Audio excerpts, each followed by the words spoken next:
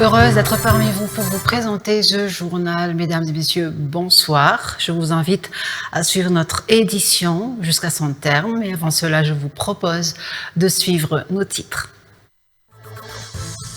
Le président de la République, André Dzuil, a réaffirmé ce jour la valeur et la pertinence de ses projets présidentiels à l'occasion de l'inauguration de l'école primaire publique Manarapen Tchadiavlou et du lancement des travaux de la tribune du terrain d'Andoran Foot. Il a répondu aux critiques. Le président André Dzuil incarne le respect des valeurs républicaines. Selon l'ancien député Velutsara Polbert, il estime que les principes fondamentaux tels que la fraternité, la liberté, la laïcité de l'État et l'État de droit se consolident progressivement sous la gouvernance actuelle.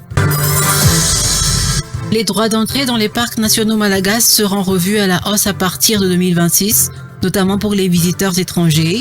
Une décision justifiée selon le ministre de l'Environnement et du Développement durable par le fait que les tarifs pratiqués à Madagascar demeurent parmi les plus bas au monde. Et enfin, des centaines de manifestants en colère ont incendié mardi le Parlement népalais dans la foulée de la démission du Premier ministre au lendemain de manifestations contre le blocage des réseaux sociaux et la corruption qui en fait. Le président de la République, André Dzuil, a réaffirmé ce jour la valeur et la pertinence de ses projets présidentiels à l'occasion de l'inauguration de l'école primaire publique Manarapen Tchadiavlou et du lancement des travaux de la tribune du terrain d'Andoran Foot. Il a répondu aux critiques. Selon lui, certains détracteurs considèrent que la construction d'infrastructures sportives ne relève pas de priorité de l'État. Pourtant, insiste le chef de l'État, le terrain d'Andoran Foot y a déjà contribué à l'essor des joueurs malagasy, notamment ceux du CFFA, qui ont brillé lors des compétitions internationales sous les couleurs du Barea Chan. Tiavanadoni, Ivera Sata. Si vous ne comprenez pas aujourd'hui, vous comprendrez plus tard, a lancé le président de la République, fidèle à une de ses citations préférées lorsqu'il inaugure de nouvelles infrastructures, une formule qu'il utilise régulièrement pour répondre aux opposants qui minimisent l'importance de ces projets. La construction de stades et de terrains aux normes, notamment le stade Barea, avait suscité de vives critiques de l'opposition, qui les jugeait secondaires. Mais pour André Dzuil, le moment est venu d'apporter des preuves. Lors du lancement officiel de la tribune du terrain d'Andoran Foot, il a mis en avant l'impact concret de ces projets. Il est revenu sur la genèse de ce terrain après l'exploit historique des Barea à la CAN 2019. Enzo Rakutu Armananditot, maire d'Andoran Foot et président du club CFFA, avait sollicité un terrain aux normes pour permettre aux joueurs malagasy de progresser, ne trouvant pas de site adéquat. Le président avait alors cédé une partie du domaine Diavlou pour ce projet. Ce terrain a vu émerger des joueurs tels que Gregas, Patrick ou encore Lalen, piliers du Barea Chan, qui ont fait vibrer tout un peuple en atteignant pour la première fois les portes d'une finale internationale.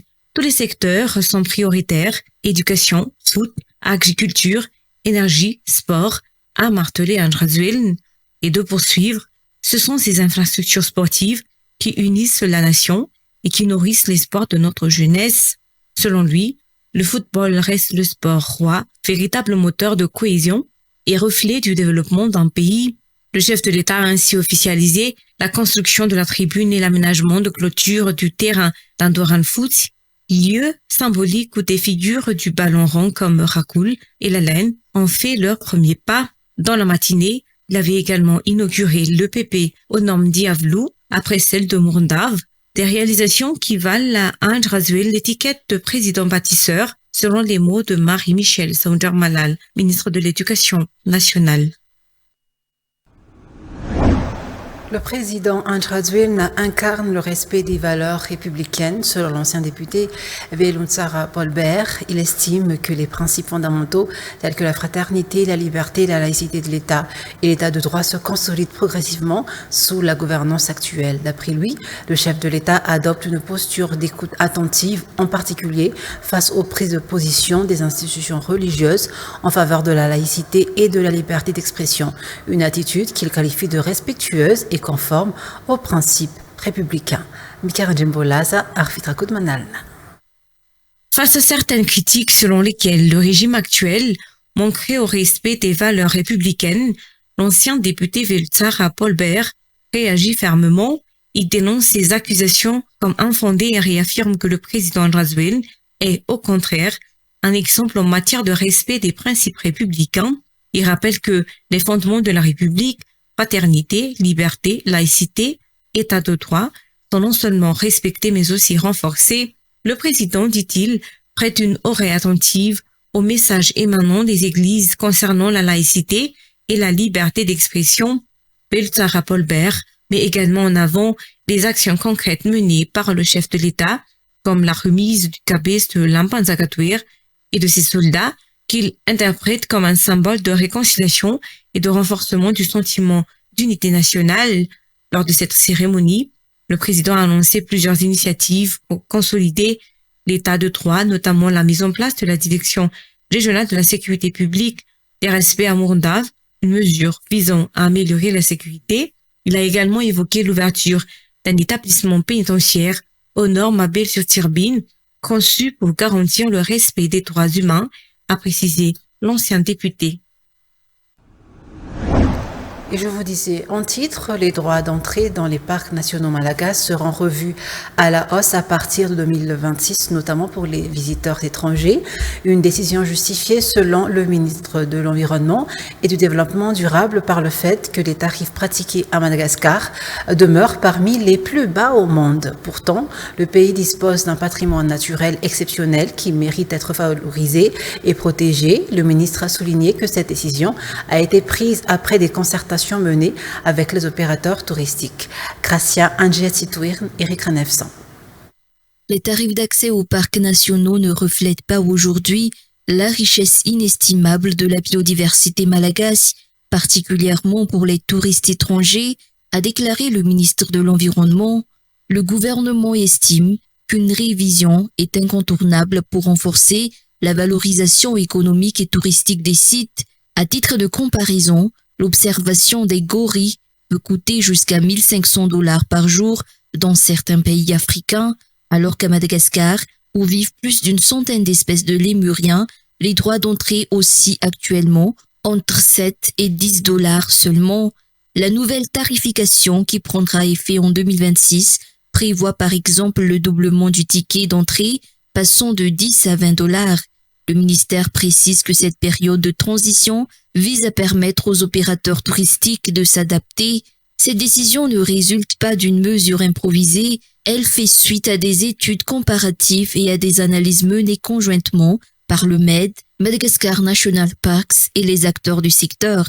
L'objectif, selon le ministre, n'est pas de décourager les touristes, mais au contraire de renforcer l'image de Madagascar en tant que destination de prestige où la protection de la biodiversité s'accompagne d'une valorisation durable. La Fédération des associations féminines de la province de Yunnan en Chine apportera son savoir-faire à Madagascar en accompagnant les femmes rurales. Cette coopération se concentrera sur la riziculture et sera déployée dans plusieurs zones rurales du pays. Le programme sera mis en œuvre en partenariat avec le ministère de l'enseignement technique et de la formation professionnelle ainsi que le secrétariat d'État chargé de l'autosuffisance alimentaire. L'objectif est de renforcer la contribution des paysannes malgaches à la production agricole nationale, selon les précisions fournies à Mamtina Andjembrul. À Madagascar, les femmes constituent la majorité de la population et représentent un potentiel considérable pour le développement agricole. Avec des appuis adaptés, elles peuvent accroître la productivité de leur exploitation. C'est dans ce sens qu'intervient la coopération avec la Fédération des associations féminines de Yunnan, dont les membres disposent d'une longue expérience en agriculture, en particulier dans la riziculture. La Chine est aujourd'hui une référence mondiale dans ce domaine, grâce notamment à l'introduction de machines agricoles modernes et la mise au point de variétés améliorées de riz. L'expérience acquise par les agricultrices chinoises servira donc de modèle pour soutenir les initiatives féminines malagasy. Le projet prévoit une approche progressive. La fédération formera d'abord des formateurs au sein du ministère de l'enseignement technique et de la formation professionnelle. Ces derniers auront pour mission de diffuser les compétences acquises auprès des communautés rurales. Le secrétariat d'État chargé de l'autosuffisance alimentaire de son côté fournira les intrants nécessaires pour appuyer la production. Une stratégie sera également élaborée afin d'identifier les bénéficiaires et d'adapter les contenus des formations aux réalités de chaque région. L'objectif final est d'améliorer les conditions de vie des paysannes en augmentant leurs revenus grâce à une riziculture plus performante et mieux valorisée selon les précisions. Plusieurs commerçants en Bonjona craignent de perdre leur gagne-pain selon leur déclaration à la presse. En effet, ils sont menacés de quitter leur lieu de travail sur fond de prescription acquisitive. Une bataille judiciaire a été engagée, mais ils ont perdu sur toutes les instances et n'ont plus d'autre choix que de faire appel à la haute bienveillance des plus hautes autorités pour les sortir de cette situation qui aura des répercussions immédiates sur leur quotidien de commerçants. Dans le cadre de cette affaire, plusieurs doléances ont été déposées, entre autres, près de la présidence de la République et du ministère de la Justice. À titre de rappel, le gouvernement a décidé à l'issue du Conseil des ministres en décembre 2024 de suspendre toute procédure de prescription acquisitive pour arrêter l'accaparement illicite de terrain sur base de corruption. Ainsi, ils en appellent aux responsables concernés à examiner de près la situation. L'équipe malgache de pétanque a marqué les esprits en atteignant la finale du final 4 des Masters 2025 disputée à la Talaudière. Opposé à la solide formation Bonetto, Faratsina Rakutunian, Farala Ramanatiaray, Jean-François Rakutunjainbe et Yves-Cédric Rakutwarsou ont dû s'incliner sur le score de 4-13 à l'issue de la 6e mène. Malgré ce revers, leur parcours consacre Madagascar comme une grande nation de pétanque. La fédération a salué leur performance, mettant en avant la fierté et l'espoir qu'ils portent en vue du prochain mondial à Rome. Romière Manana.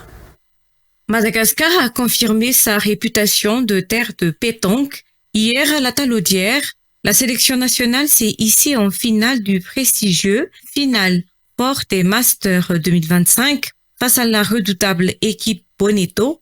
Les Malgaches ont livré un match plein de combativité avant de s'incliner 4-13 après 6 mènes disputées. Dès la deuxième mène, Bonetto avait creusé l'écart 4-1, un avantage difficile à combler malgré les efforts répétés des joueurs malgaches. Leur parcours reste toutefois remarquable. En demi-finale, les boulistes malgaches avaient dominé avec autorité l'équipe Riviera, s'imposant 13-5 grâce à une solidarité sans faille et une précision technique saluée par les observateurs.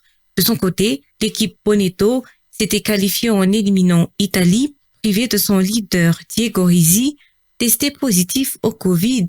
La finale promettait donc un affrontement serré, mais Madagascar a manqué de réussite dans les moments décisifs. Au-delà du score, cette performance confirme Madagascar parmi les grandes nations de pétanque.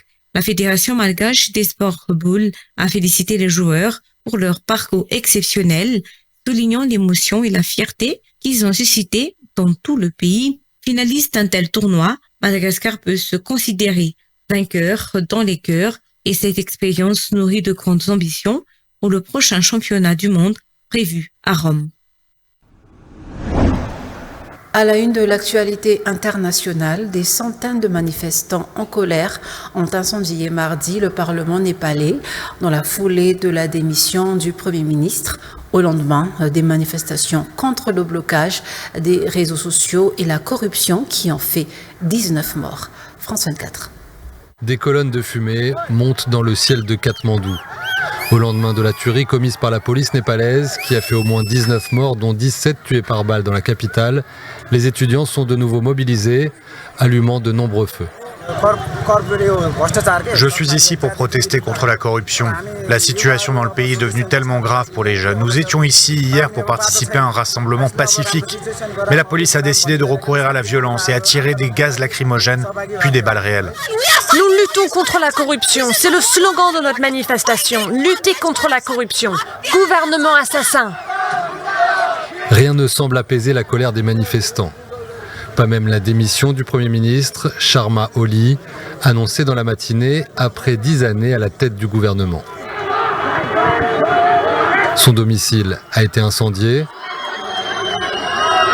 tout comme l'enceinte du Parlement et plusieurs autres bâtiments publics. Le mouvement de protestation a démarré vendredi après le blocage des réseaux sociaux dans le pays. Leur rétablissement la nuit dernière n'a pas non plus calmé la population qui continue de se méfier de ses dirigeants. Le gouvernement a rouvert les réseaux sociaux pour tenter de se maintenir en place. Il les avait interdits parce que la vérité était devenue trop visible. Leurs secrets ayant été révélés, nos dirigeants avaient choisi de les fermer afin de se cacher de nous. Des affrontements ont encore lieu entre forces de l'ordre et manifestants, faisant craindre de nouvelles victimes. Le Premier ministre démissionnaire a ordonné une enquête sur les circonstances des tirs meurtriers de la veille.